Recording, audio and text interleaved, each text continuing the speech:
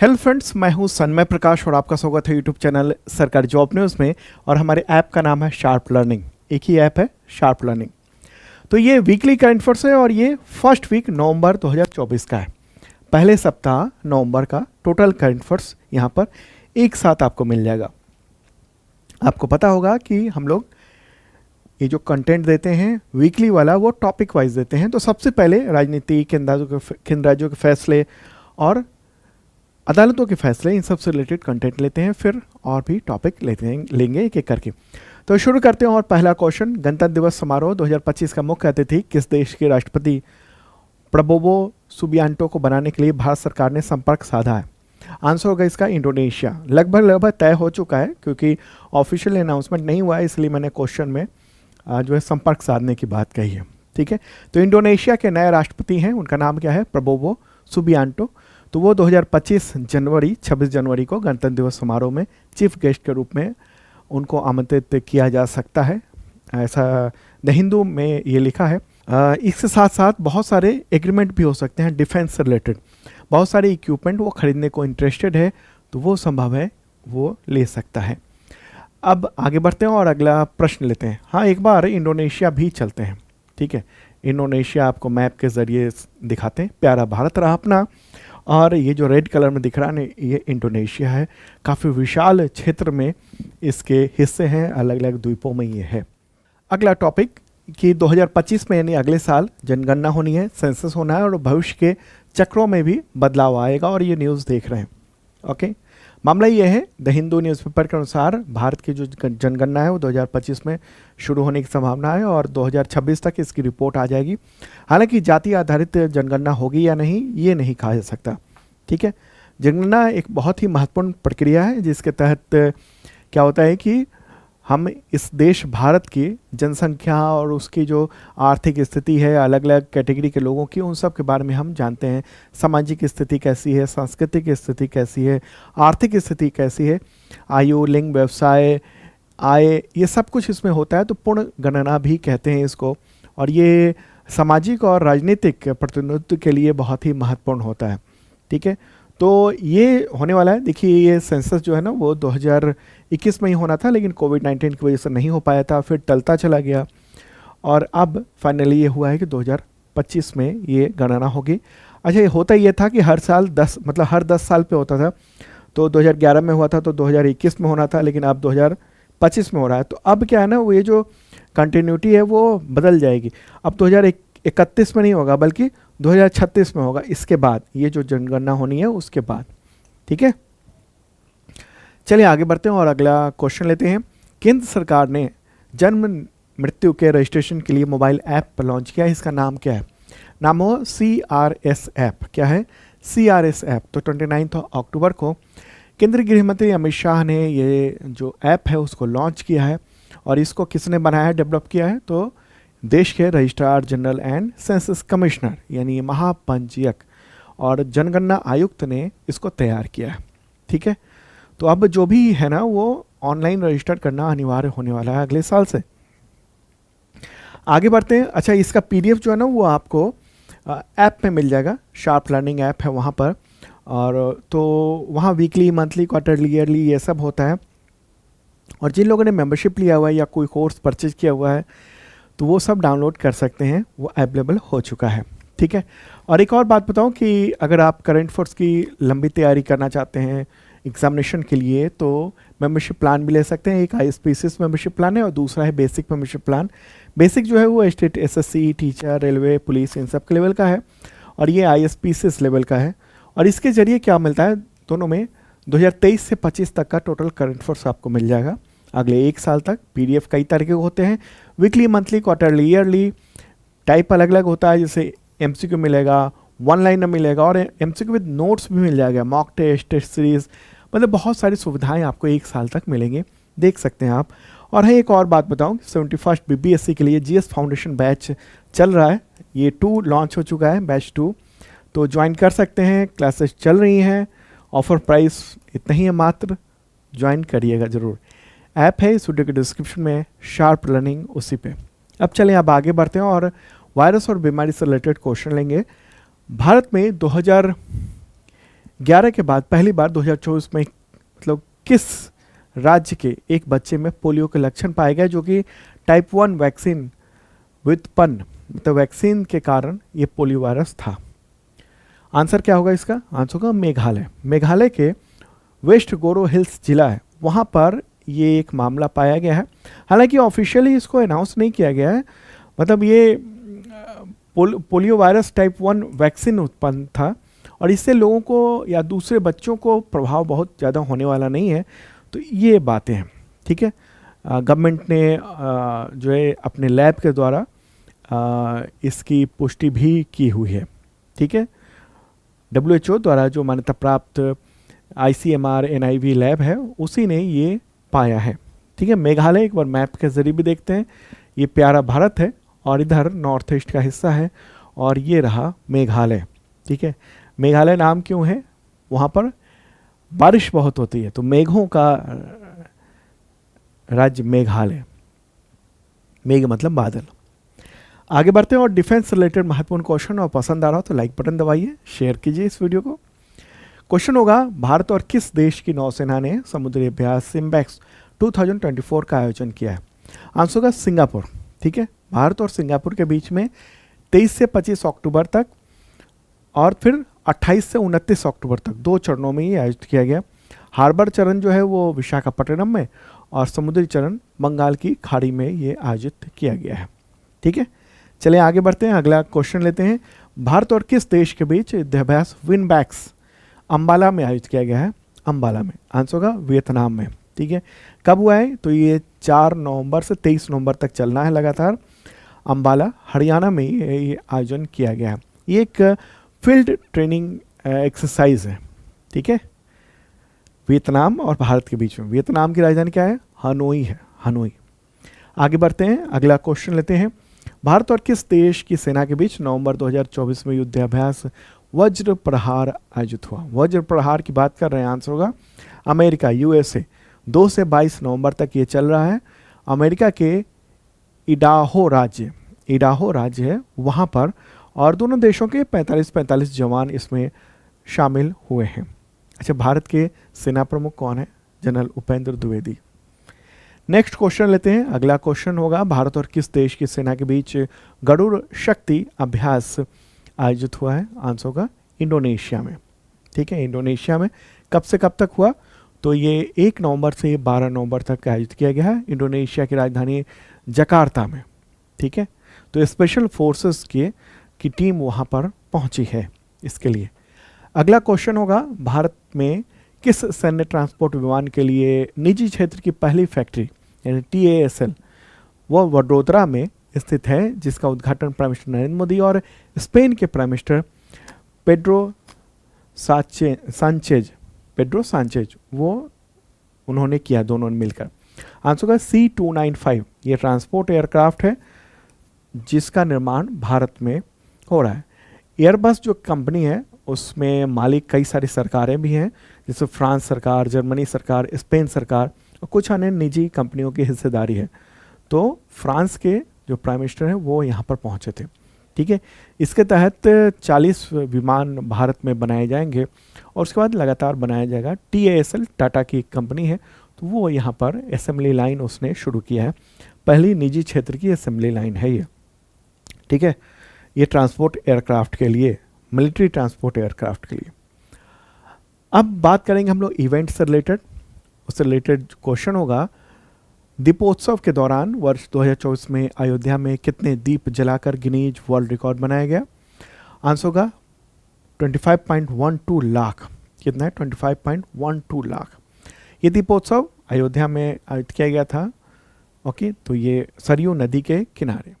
अगला क्वेश्चन लेंगे, पहला एशियाई बौद्ध शिखर सम्मेलन कहाँ पर आयोजित हुआ, जिसका उद्घाटन राष्ट्रपति द्रौपदी मुर्मू ने किया है? आंसर होगा न्यू दिल्ली में, नई दिल्ली में आयोजित किया गया।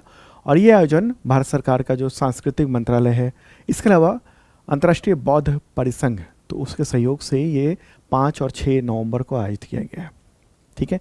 और इसका थीम भी था, इस बार का विषय था एशिया को सुदृढ़ बनाने में बुद्ध धम्म की भूमिका, ठीक है। आगे बढ़ते हैं, स्पोर्ट्स रिलेटेड क्वेश्चन लेंगे। भारतीय विकेट कीपर बल्लेबाज रिद्धिमान साहा ने क्रिकेट के किस प्रारूप से संन्यास लेने की घोषणा कर दी है? आंसर होगा ए और बी दोनों, यानी अंतर्राष्ट्रीय क्रिकेट और घरेलू क्रिकेट दोनों से संन्यास लेने का ऐलान कर दिया है। रणजी ट्रॉफी सत्र जो है ना उनका आखिरी टूर्नामेंट रहा अभी लास्ट में। ठीक है, अगला क्वेश्चन, भारत ने अंडर 19 वर्ल्ड रेसलिंग चैंपियनशिप 2024 में 3 गोल्ड सहित 17 मेडल जीते। तो इनमें गोल्ड मेडल के विजेताओं के नाम बताएं, क्या नाम है गोल्ड मेडल विजेताओं के नाम? तो ये है पार्थवी ग्रेवाल, वंशिका गोस्वामी और हेमंत सांगवान। ठीक है, तो ये आयोजन कहाँ पर हुआ था? अमेरिका में हुआ था, कोलोराडो में। ठीक है, 25 अक्टूबर से 5 नवंबर तक ये आयोजन किया गया था। भारत ने 3 गोल्ड, 8 सिल्वर और 5 ब्रॉन्ज मेडल जीते थे। तो पार्थवी ग्रेवाल उसने महिला 65 किलोग्राम वेट कैटेगरी में जीता, वंशिका गोस्वामी ने महिला प्लस 80 किलोग्राम वेट कैटेगरी में जीता और हेमंत सांगवान ने पुरुष 90 किलोग्राम वेट कैटेगरी में ये खिताब जीत लिया है, गोल्ड मेडल का खिताब जीता। अगला क्वेश्चन लेंगे, भारत ने अंडर 23 विश्व कुश्ती चैंपियनशिप 2024 में कितने मेडल जीते हैं? तो आंसर होगा इसका 9 मेडल टोटल जीते गए हैं। ठीक है, टोटल 9 मेडल जीते गए हैं और ये पूरी लिस्ट जो है ना वो देख सकते हैं आप। ठीक है, जिसमें से एक गोल्ड मेडल था, कहाँ पर आयोजित किया गया? अल्बानिया की राजधानी तिराना में ये आयोजन किया गया था। ओके, तो इसमें क्या है? चिराग चिक्कारा, तो इसने जो है ना वो गोल्ड मेडल एकमात्र जीता है। बाकी सारे मतलब 7 ब्रॉन्ज हैं, 1 सिल्वर है और 1 गोल्ड है। अंजलि उसने ये सिल्वर मेडल जीता है। टोटल 9 मेडल हुए। चलिए आगे बढ़ते हैं और अब अवार्ड से रिलेटेड महत्वपूर्ण क्वेश्चन लेते हैं और आप देख रहे हैं फर्स्ट वीक नवंबर 2024 के करंट अफेयर्स। क्वेश्चन होगा, पत्रिका है उसका नाम है ग्लोबल फाइनेंस, तो उसने आरबीआई के गवर्नर शक्तिकांत दास को लगातार दूसरे वर्ष केंद्रीय बैंक रिपोर्ट कार्ड 2024 का कौन सा अवार्ड दिया? कौन सा अवार्ड है? आंसर होगा A+ ग्रेड का अवार्ड दिया गया। अमेरिका में ये आयोजित किया गया था और A+ ग्रेड अवार्ड पाने वाले इनके साथ साथ डेनमार्क के भी और स्विट्जरलैंड के भी वहाँ के केंद्रीय बैंक के गवर्नर थे। ठीक है, अगला क्वेश्चन, इनमें से किस देश ने श्री श्री रविशंकर को अपना सर्वोच्च नागरिक सम्मान दिया है? आंसर होगा फिजी। फिजी ने दिया है। उस अवार्ड का नाम है honorary officer of the order of Fiji. ठीक है, तो ये सम्मान फिजी के जो राष्ट्रपति हैं उनका नाम है राटू विलियमी एम कटोनिवेरे, तो उन्होंने ये प्रदान किया। ठीक है, श्री श्री रविशंकर जो हैं वो आर्ट ऑफ लिविंग फाउंडेशन के संस्थापक हैं। ओके, फिजी की राजधानी क्या है? सुवा। नेक्स्ट क्वेश्चन लेते हैं और ये है साइंस एंड रिसर्च से रिलेटेड क्वेश्चन होगा, अंतरिक्ष में पहली बार ब्लैक होल ट्रिपल देखकर वैज्ञानिक चकित हैं, तो ये क्या है ब्लैक होल ट्रिपल? तो इसका आंसर क्या होगा? ऐसा ब्लैक होल जो एक तारा को निगलने की प्रक्रिया में है और दूसरा तारा जो है चक्कर लगा रहा है इसका। ठीक है, तो ये होगा आंसर इसका। और देखिए इसको समझिए, क्या है कि MIT यानी मैसाचुसेट्स इंस्टीट्यूट ऑफ टेक्नोलॉजी जो अमेरिका में है, ये इंस्टीट्यूट दुनिया का नंबर 1 इंस्टीट्यूट, तो उसी के वैज्ञानिकों ने पहली बार अंतरिक्ष में ब्लैक होल ट्रिपल की खोज की। इसमें क्या है? ये ब्लैक होल है, एक तारा जो है इसमें लगातार समाता जा रहा है। ठीक है, और एक तारा जो है ना वो काफ़ी दूर है जो कि इस ब्लैक होल का चक्कर लगा रहा है, इसीलिए ब्लैक होल ट्रिपल इसको कहा जा रहा है। ठीक है, ब्लैक होल ट्रिपल इसी वजह से कहा जा रहा है। एक तारा तो 6.5 दिनों में ही ब्लैक होल का चक्कर लगा रहा है, उसका हिस्सा लगातार ब्लैक होल में जा रहा है, निगल रहा है ब्लैक होल, जबकि दूसरा तारा हर 70,000 साल में ब्लैक होल की परिक्रमा कर रहा है। ठीक है, तो ये अलग तरीके का आप ये देखने को मिला है।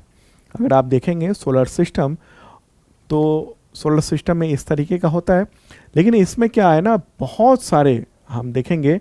अगर हम इसको अब यूनिवर्स को देखेंगे, हमारा जो आकाश गंगा है, हम जिस जहाँ हैं आकाश गंगा में, तो वहाँ सन यहाँ पर है। ठीक है, और इस आकाश गंगा में हम देख रहे हैं कि बहुत सारे तारे हैं, बहुत ज़्यादा, और बीच में एक ब्लैक होल भी है। ठीक है, ये तो ब्लैक होल है, लेकिन इसके अलावा भी बहुत सारे जो ये तारा हैं ये भी जब मर रहे हैं धीरे धीरे वो भी ब्लैक होल बनाते हैं, छोटे छोटे ब्लैक होल इसको तुलना में। ठीक है, तो वहाँ पर एक देखा गया है ट्रिपल ब्लैक होल, ट्रिपल एक अलग तरीके का। ठीक है, चलिए आगे बढ़ते हैं और अगला क्वेश्चन लेते हैं हम लोग। नेक्स्ट क्वेश्चन होगा यहाँ पर, काफ़ी इंपॉर्टेंट है और चर्चा में रहा है। क्या होगा? डिजिटल अरेस्ट क्या होता है? डिजिटल अरेस्ट क्या होता है भाई? तो इसमें आप देखिए, साइबर फ्रॉड का तरीका जिसमें ठग जो है ना वो अवैध वसूली के लिए जांच अधिकारी का रूप बनाकर वीडियो कॉल पर अरेस्ट करने के लिए डराते हैं। ठीक है, ये है साइबर फ्रॉड, एक तरह का ठगी का एक नया तरीका है जिसमें ठग जो है ना वो police, CBI, ED, custom, income tax, narcotic officer ये सब बनकर कॉल करते हैं और वैसे ही ड्रेस पहने होंगे, बिल्कुल बातचीत भी करेंगे इस तरीके से। उनके पास आपके गुप्त सारी मतलब बहुत सारी जानकारियाँ होंगी, तो आप क्या होगा, भरोसा कर लेंगे, उस पर भरोसा कर लेंगे और नतीजा ये होगा कि वो आपसे मांग भी कर सकते हैं। इस तरह के बहुत सारे फ्रॉड जो हैं वो चल रहे हैं। ठीक है, तो आप लोग ध्यान रखिएगा इस तरह की चीज़ों का। और ये चर्चा में क्यों आया? क्योंकि प्राइम मिनिस्टर नरेंद्र मोदी ने अपना जो मन की बात कार्यक्रम जो करते हैं रेडियो पर, तो उसी के दौरान उन्होंने डिजिटल धोखाधड़ी के प्रति आगाह किया। उन्होंने कहा है कि कभी भी डिजिटल अरेस्ट की कोई भी प्रक्रिया नहीं होती है। ठीक है, अगर कोई फ़ोन करके कहे कि हम अमुक बोल रहे हैं, हम ये ऑफिसर बोल रहे हैं, तो वो सब बातें गलत हैं, वो आपको साथ फ्रॉड किया जा रहा है। ठीक है, इसी के साथ मैं एक और आपको अलर्ट कर दूं कि हो सकता है शार्प लर्निंग के नाम पर आपको कोई कॉल आए या सरकारी जॉब न्यूज़ के नाम पर कॉल आए, कहे कि नहीं एक और ऐप बन गया है और उसमें आप ज्वाइन कर लीजिए, वहाँ पर सारे कोर्सेज होंगे। ये सब फ्रॉड है। ठीक है, तो शार्प लर्निंग की ओर से कोई कॉल नहीं किया जाता है बच्चों को।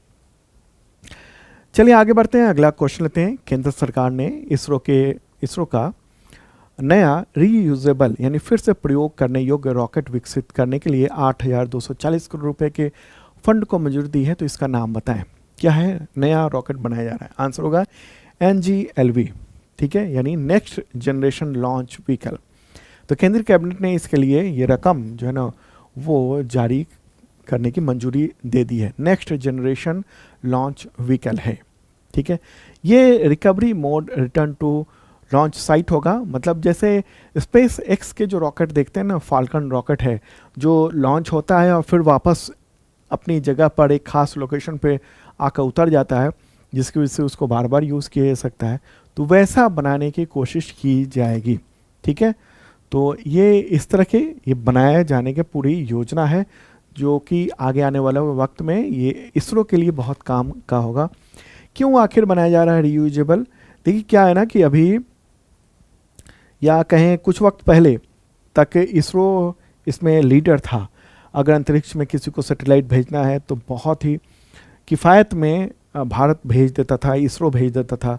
लेकिन अब दूसरों के पास रीयूजेबल रॉकेट हो गए हैं, जैसे स्पेस एक्स के पास हो गया है, तो ऐसे में वो और सस्ते में ही सैटेलाइट को लॉन्च कर देता है। तो ऐसे में जो इंटरनेशनल मार्केट है वहाँ इसरो के पास पकड़ बनी रहे, इसरो के पास जो है इनकम आता रहे, इसके लिए ज़रूरी है कि नए बेहतर काफ़ी बेहतर रॉकेट बनाया जाए, रीयूजेबल बनाया जाए, ताकि उसको बनाने की जो लागत है वो कम आए।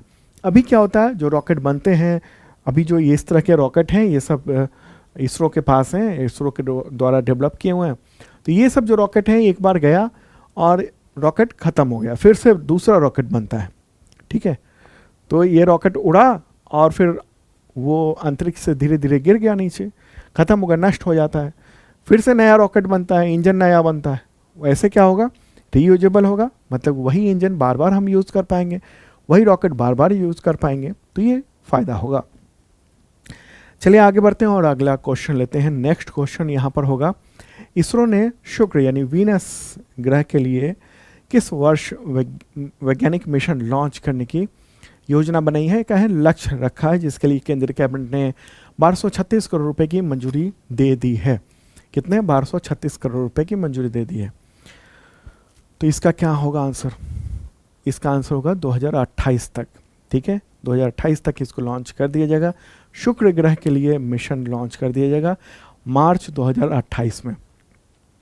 ठीक है, तो इससे वैज्ञानिकों को ये उम्मीद है कि वो इस ग्रह की जो तीखी सतह है और वायुमंडल है उसका अध्ययन कर पाएंगे। ठीक है, एक बार हम एनिमेशन के ज़रिए आपको इस चीज़ को दिखा देते हैं। तो ये सोलर सिस्टम है और उसी में हम देख रहे हैं कि सूर्य के सबसे नज़दीक है मरकरी और उसके बाद है वीनस, फिर है अर्थ। ठीक है, तो सूरज से दूसरा तारा है और पृथ्वी के बेहद नज़दीक है ये। ओके, तो देखिए क्या है ना, जो हमारा सोलर सिस्टम है वहाँ पर केवल 4 ही टेरेस्ट्रियल यानी स्थलीय ग्रह हैं और इनमें जो है ये एक ये है। जिससे कौन कौन है स्थलीय ग्रह, तो बुध, शुक्र, पृथ्वी और मंगल। ठीक है, तो ये इसके पर रिसर्च किया जाएगा, इसके बारे में जाना जाएगा। आगे बढ़ते हैं और अगला क्वेश्चन लेते हैं। इसरो ने किस वर्ष तक चंद्रयान 4 लॉन्च करने का लक्ष्य रखा है, जो चांद से मिट्टी और चट्टान के टुकड़े का सैंपल लेकर आएगा? आंसर होगा 2027 तक का ये लक्ष्य रखा गया है। ठीक है, रिटर्निंग मिशन होगा और 2 स्टेज में होगा। 2 बार ये लॉन्च किया जाएगा, दोनों ऊपर जुड़ेंगे और फिर आगे का काम पूरा करेंगे। आगे बढ़ते हैं, अगला क्वेश्चन लेते हैं। केंद्र सरकार ने अंतरिक्ष आधारित निगरानी यानी SBS के लिए तृतीय चरण के लिए 27,000 करोड़ रुपए की मंजूरी दी है। तो इसके तहत कितने जासूसी उपग्रहों को लॉन्च किया जाएगा? आंसर होगा 52। मतलब अंतरिक्ष में 52 नए जासूसी उपग्रह होंगे जो भारत की रक्षा करेंगे। तो केंद्र सरकार की जो सुरक्षा मामलों की समिति है तो उसी ने अंतरिक्ष निगरानी को बढ़ावा देने के लिए 27,000 करोड़ रुपए में इतने ये सैटेलाइट को लॉन्च करने का पूरा प्लान बना लिया है। ठीक है, मंजूरी भी मिल चुकी है। अब आगे बढ़ते हैं और महत्वपूर्ण लोगों के निधन से रिलेटेड क्वेश्चन लेते हैं। बिहार की कोकिला नाम से मशहूर शारदा सिन्हा का निधन 5 नवंबर को हो गया। तो किस वजह से विख्यात थी? आंसर होगा लोक गायन की वजह से। लोक गायिका थी। 71 ईयर की उम्र में उनका निधन हो गया और जन्म तो हुआ था उनका बिहार के सुपौल में और ससुराल बेगूसराय था। वो मल्टीपल माइलोमा से जूझ रही थी। एक खास तरह का ये ब्लड कैंसर कह सकते हैं। उसमें क्या होता है कि बोन मैरो में प्लाज्मा सेल अनियंत्रित रूप से बढ़ने लगते हैं और इससे क्या होता है कि हड्डियों में ट्यूमर बनने लगता है। तो इस समस्या से जूझ रही थी और ख़ासतौर पर इनके पति का निधन हो गया था कुछ महीने पहले, उसके बाद से काफ़ी टूट गई थी। तो शारदा सिन्हा इनको कई सारे अवार्ड भी मिल चुके हैं। 2018 में पद्म भूषण सम्मान मिला था, 1991 में पद्मश्री अवार्ड मिला था। इसके अलावा भी कई और अवार्ड इनको दिए जा चुके हैं। आगे बढ़ते हैं, अगला क्वेश्चन। विवेक देबराय इनका निधन हो गया 1 नवंबर 2024 को। तो वह किस सलाहकार परिषद के अध्यक्ष थे? आंसर होगा प्रधानमंत्री की आर्थिक सलाहकार परिषद, इसके वो अध्यक्ष थे। विवेक देबराय प्रसिद्ध लेखक और अर्थशास्त्री थे। ठीक है, 2017 से अभी अपने निधन तक वो प्रधानमंत्री के आर्थिक सलाहकार परिषद के अध्यक्ष थे। वो नीति आयोग के भी मेंबर वो रह चुके थे 2019 में। आगे बढ़ते हैं, अगला क्वेश्चन लेते हैं। किस औद्योगिक समूह के संस्थापक TPG नाम्बियार का निधन हो गया 31 अक्टूबर 2024 को?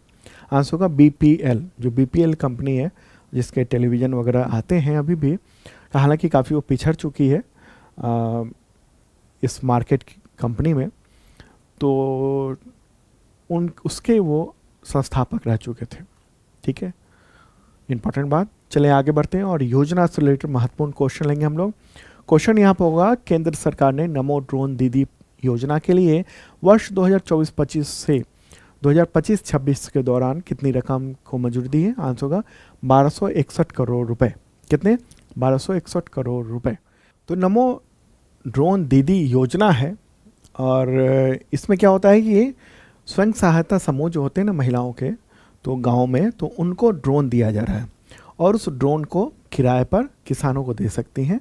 और जो छिड़काव वगैरह है ना, जैसे दवाओं का पेस्टिसाइड का छिड़काव है, ये सब छिड़काव इसी से हो पाएंगे। तो रोजगार के एक नए साधन के रूप में भी इसको देखा जा रहा है। आगे बढ़ते हैं और अंतर्राष्ट्रीय संगठन यानी इंटरनेशनल ऑर्गेनाइजेशन से रिलेटेड क्वेश्चन लेंगे। विदेश से रिलेटेड चीज़ों को दो टुकड़े में किया हुआ है हमने, एक अंतर्राष्ट्रीय संगठन और फिर एक विदेश। ठीक है, तो क्वेश्चन यहाँ पर होगा राष्ट्रमंडल शासनाध्यक्षों की बैठक यानी CHOGM यानी Commonwealth heads of government meeting, तो ये वर्ष 2024 में किस देश में आयोजित हुई है? आंसर होगा समोआ। क्या है? समोआ। तो वहाँ पर आयोजित किया गया था। समोआ में 21 से 26 अक्टूबर तक ये आयोजन हुआ था और इसमें यूनाइटेड किंगडम के जो किंग चार्ल्स हैं तृतीय वो शामिल हुए थे। ठीक है, और इसकी थीम थी एक लचीला साझा भविष्य, हमारी साझा संपत्ति में परिवर्तन। ठीक है, तो ये हुआ था। समोआ जो है ना प्रशांत महासागर क्षेत्र में एक द्वीपीय देश है। एक बार मैप के ज़रिए समोआ भी दिखा देते हैं। ये प्यारा भारत है और अगर हम प्रशांत महासागर क्षेत्र में चलेंगे तो वहाँ समोआ है। इसी के आसपास फिजी, टोंगा, न्यू कैलेडोनिया, वातुलू ये सब भी वहाँ पर मौजूद हैं। ठीक है, तो समोआ जो है ना वो इसी के पास में है यहाँ पर। ठीक है, ये फिजी है, फिजी के पास में ये समोआ है, एक देश है। इसकी राजधानी क्या है? एपिया। ठीक है, क्या है राजधानी? एपिया है। अगला क्वेश्चन लेते हैं। वर्ष 2024 में राष्ट्रमंडल शासनाध्यक्षों की मीटिंग में भारतीय प्रतिनिधि मंडल का नेतृत्व किसने किया? आंसर होगा किरेन रिजिजू। ठीक है, केंद्रीय मंत्री हैं किरेन रिजिजू, वो वहाँ पर पहुँचे थे। अगला क्वेश्चन लेंगे, किस अंतर्राष्ट्रीय संगठन की मीटिंग में यूनाइटेड किंगडम के सम्राट चार्ल्स तृतीय ने पर दास्ता के इतिहास की क्षतिपूर्ति के लिए दबाव डाला गया उन पर? आंसर होगा राष्ट्रमंडल। ठीक है, इस मीटिंग के दौरान ब्रिटेन के किंग चार्ल्स तृतीय मौजूद थे और उनको बहुत कुछ सुनना पड़ा अतीत को लेकर। ठीक है, ऐसा समय था जब ब्रिटेन के लोग जो हैं वो अफ्रीका के लोगों को जंजीरों में बांध कर ले जाते थे, गुलाम बना के रखते थे और उसके लिए आज सुनना पड़ा। हालांकि इस पर किंग चार्ल्स ने कहा कि अतीत को कोई नहीं बदल सकता है, बस इतना ही कहा उन्होंने, क्षतिपूर्ति पर कुछ नहीं कहा। अब चलें आगे बढ़ते हैं और विदेश से रिलेटेड क्वेश्चन लेंगे।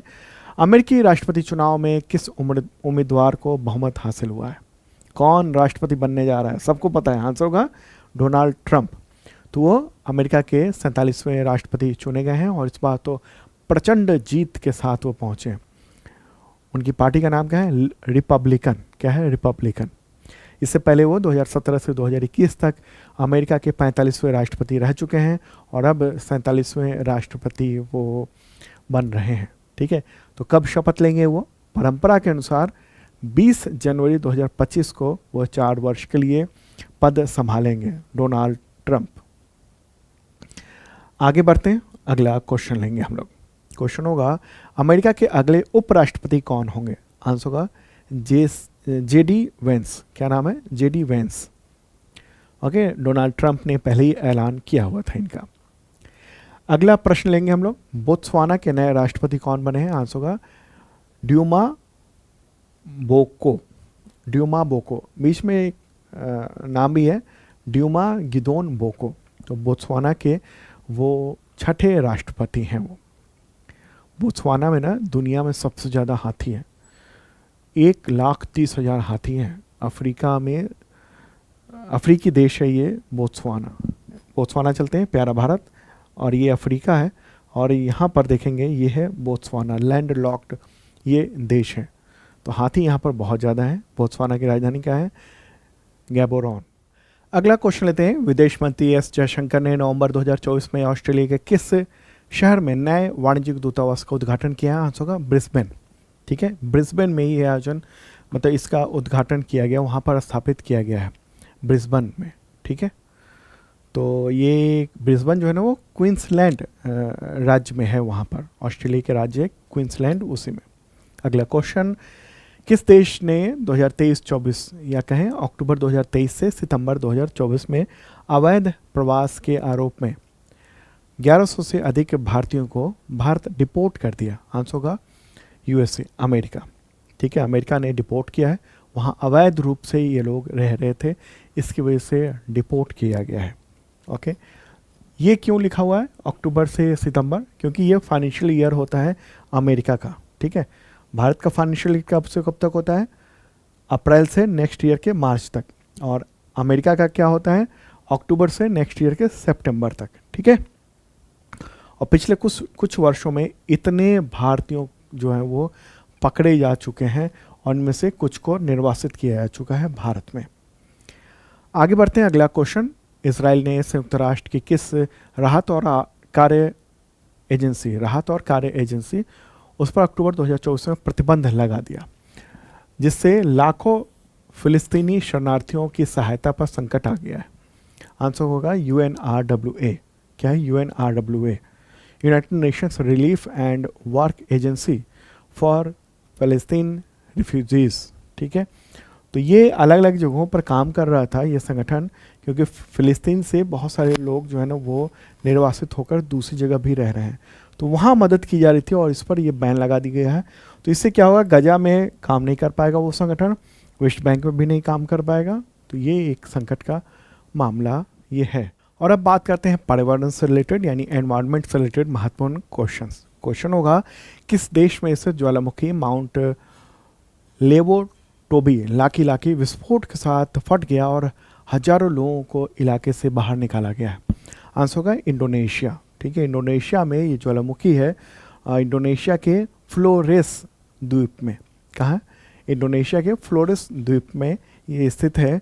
और अभी 2 दिन पहले की बात है, 2 दिन पहले ये 9 किलोमीटर ऊंचाई तक इससे निकलकर धुआं फैला है, 9 किलोमीटर ऊपर तक, ठीक है।